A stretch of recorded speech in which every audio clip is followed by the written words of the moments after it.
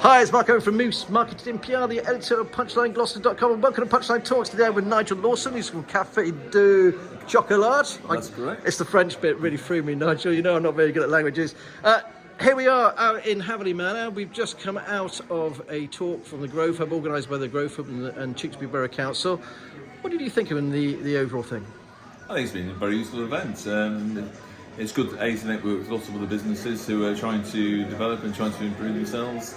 And it's good to hear the speakers about the potential for funding out there, and to also get some more information about the Growth Hub.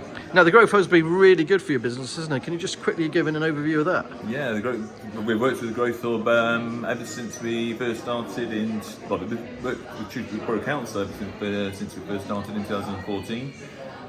More specifically with the Growth Hub since 2017. They've signposted us into lots of help and lots of support, enabled us to achieve increased business through cooperative, through grants for various different bits of machinery, for the websites, for new packaging. Yeah, it's been a great support for us.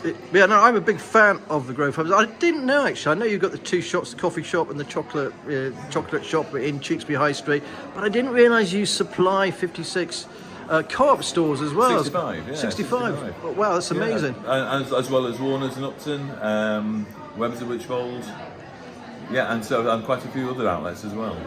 How is business at the moment? Because it's tough on the high street, isn't it? Lots of people, and it's difficult to get staff, all that kind of stuff. Not saying you're having difficulty.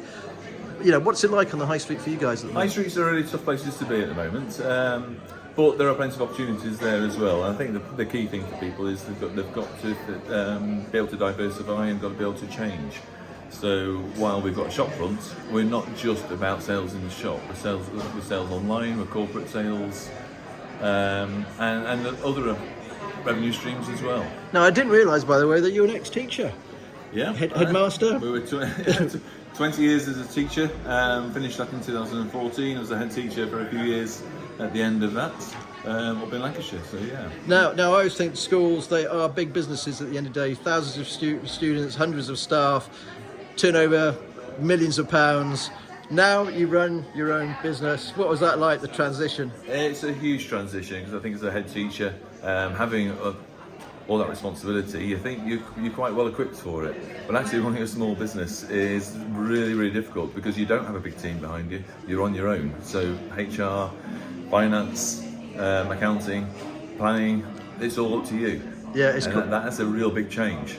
Yeah, it's funny how many hats you have to wear, and I think sometimes it's the swapping of the hats continually, is when you go home at night and you think, oh my god, your brain is so frazzled. Business planning 1 minute, cleaning the toilet the next.